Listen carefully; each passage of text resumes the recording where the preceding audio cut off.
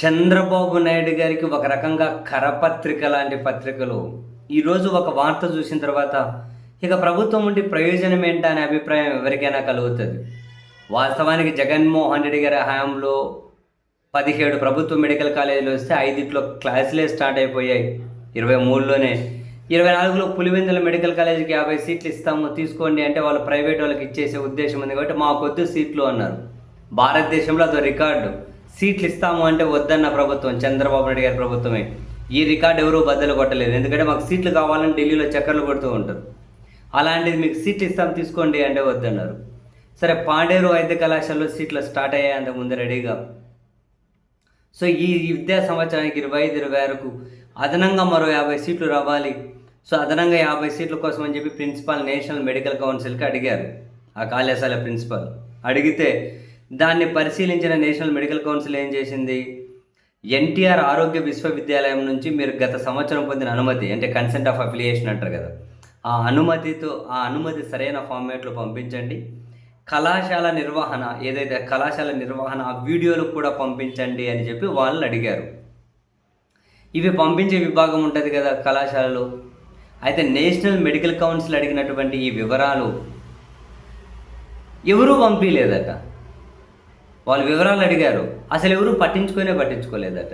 మరి ఏం చేస్తున్నారు దేనికోసం? ఇంకా దాన్ని ఎవరు పరిశీలిస్తున్నారు? కన్సర్న్డ్ డిపార్ట్మెంట్ ఏమైంది? ఆ మినిస్టర్లు ఏమయ్యారు? ఆ వైద్య ఆరోగ్య శాఖ ఏం చేస్తుంది? అధికారులు ఏం చేస్తున్నారు?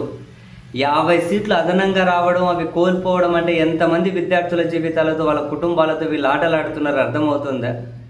దాంట్లో మాత్రమే ప్రభుత్వాలు ఎందుకండి ఇంత వైద్య విద్యకు సంబంధించిన కీలక విషయం కూడా నెగ్లెక్ట్ అంటే ఇచ్చేయండి, దాన్ని ప్రైవేట్కి ఇచ్చే ఆలోచన ఏమైనా ఉందేమో. అల్లూరి సీతారామరాజు జిల్లా పాడేరు ప్రభుత్వ వైద్య కళాశాల ఈ ఏడాదికి అదనపు సీట్లు పొందే అవకాశం కోల్పోయింది. జాతీయ వైద్య మండలి NMC మార్గదర్శకం ప్రకారం మౌలిక వసతులు, బోధకులు, ఇతర సిబ్బంది అన్నింటినీ నియమించినా కూడా అదనపు సీట్లు తెచ్చుకోవడంలో వైద్య విద్య విభాగం పూర్తిగా విఫలమైంది. కొందరు అధికారుల నిర్వాహకం, ఉన్నతాధికారుల నిశిత పరిశీలన లేకపోవడంతో ఈ పరిస్థితి నెలకొంది. తరచూ సమీక్షలో NMCలో సంప్రదింపులు జరుపుతున్నామని, అదనపు సీట్లు వస్తాయని DME సహా ఇతర అధికారులు చెప్పుకొచ్చారు. తాజాగా వైద్య ఆరోగ్య శాఖ మంత్రి సత్యకుమార్ పాడేరు కళాశాలపై ఆరా తీస్తే అదనపు సీట్లు వచ్చే అవకాశం లేదని అధికారులు వెల్లడించారు. దీంతో ఆగ్రహం వ్యక్తం చేసిన మంత్రి నిర్లక్ష్యంగా వ్యవహరించిన అధికారులకు షోకాజ్ నోటీసులు ఇవ్వాలని వైద్య ఆరోగ్య శాఖ కార్యదర్శి సౌరభ్ గౌడ్ను ఆదేశించారట. ఎవరి మీద వీళ్ళకి పిలుచుకోని నోటీసులు. విద్యా సంవత్సరం ఎప్పుడు స్టార్ట్ అవుతుంది, సీట్లు ఎప్పటి లోపల రావాలి, కేంద్రం ఏమంటుంది, NMC వాళ్ళు ఏమంటున్నారు, వచ్చాయా అప్డేటు టైం లోపల కనుక్కోవాలి. టైం అయిపోయిన తర్వాత ఏం చేస్తున్నారు, అసలు వీళ్ళు ఇంత తిరిగి లేని పనులు ఏం చేస్తున్నారు.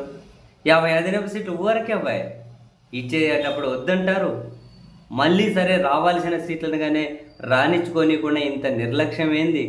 ఎంత కామెడీ అయిపోయిందయ్యా వీళ్ళకు. విద్యార్థులు, వాళ్ళ విద్య, వాళ్ళ కుటుంబాల వేదన ఏమన్నంటే అక్కడ లేని కోపం వస్తుంది వీళ్ళకు. ఏం పని చేస్తున్నారయ్యా వీళ్ళు? ప్రభుత్వాన్నే కదా నడుపుతున్నారు. దేనికోసం ఇటువంటి విషయాలు కానీ దృష్టి పెట్టలేకపోతే అన్యాయంగా పాయే ఎట్లన్నా పోనీలేండి. ఎవడికి పట్టింది? ఆ సీట్లు పోగొట్టుకున్న తల్లిదండ్రులు కూడా నోరిప్పెడగరు, ఆ విద్యార్థులు నోరిప్పెడగరు. ఎవడి కోసం ఎవడో గొంతు తిప్పుకోవాలి. ఎవడి కర్మ వాడు అనుభవించండి.